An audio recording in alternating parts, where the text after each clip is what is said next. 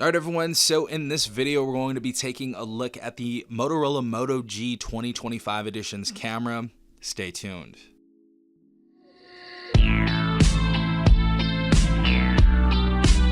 All right, everyone, hopefully you guys are having a good day. Hopefully everyone is safe out there.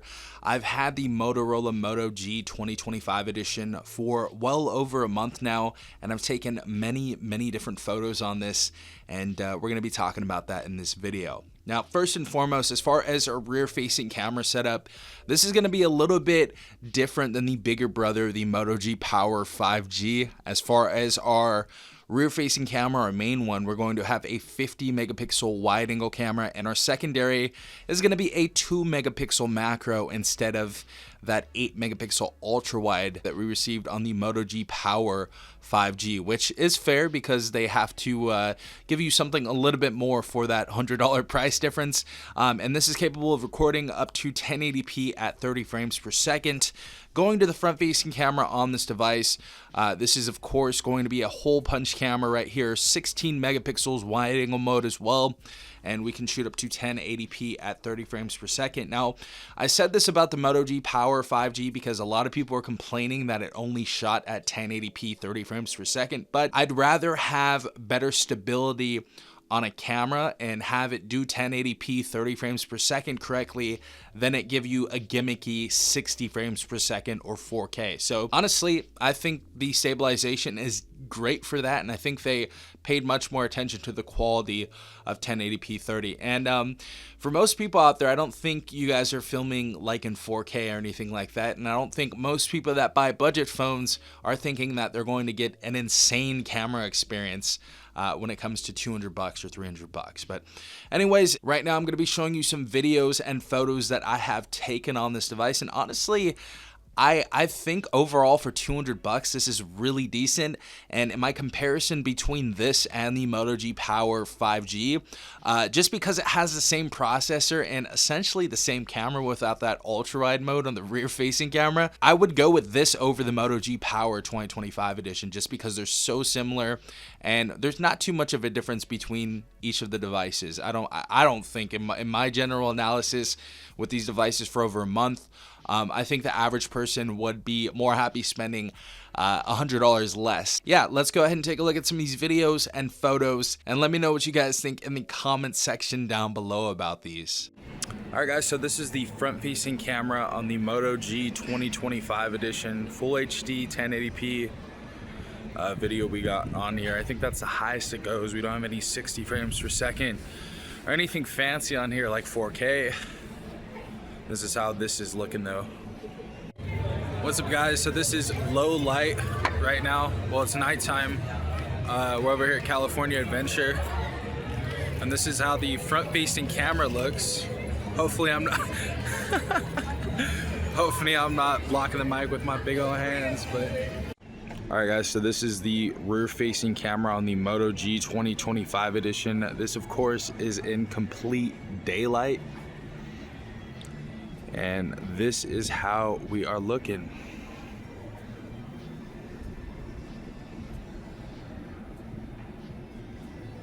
Alright, guys, this is the rear-facing camera in low light right here. This is how this is looking over here. We got Guardians of the Galaxy right over here.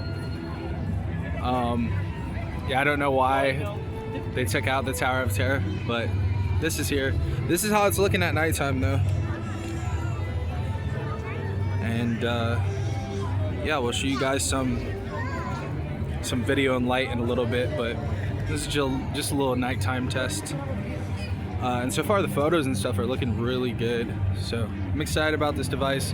Obviously there's some downfalls to it, but so far the cameras are looking solid for $200.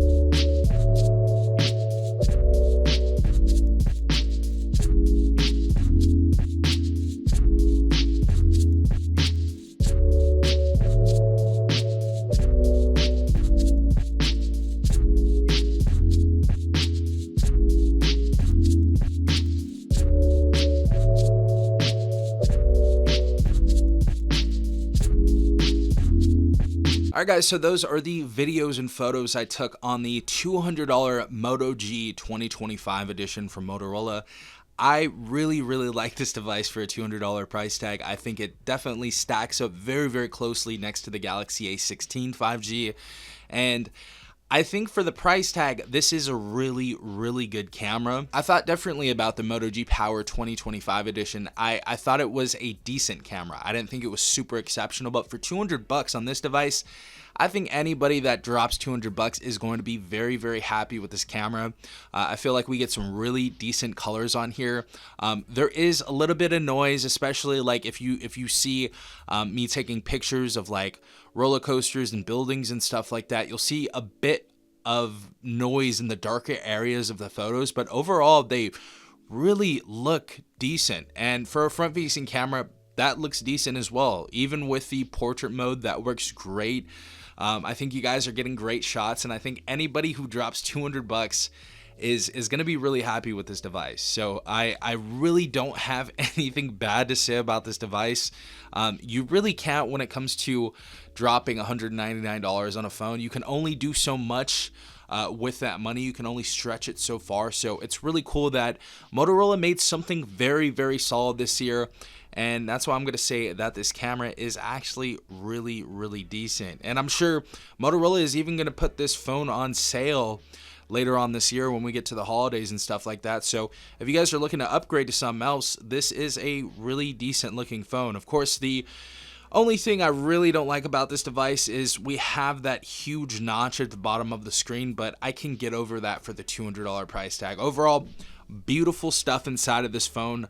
I really do like its camera. Yeah guys, let me know what you think in the comment section down below. Do you hate this camera? Do you love this camera? Let me know. Also, don't forget to drop a like if you enjoyed this video or it helped you out at all. And hit the subscribe button and hit the notification bell to be notified every time I upload a new video. This has been Safon from TechRight. Peace out, Tech Gang.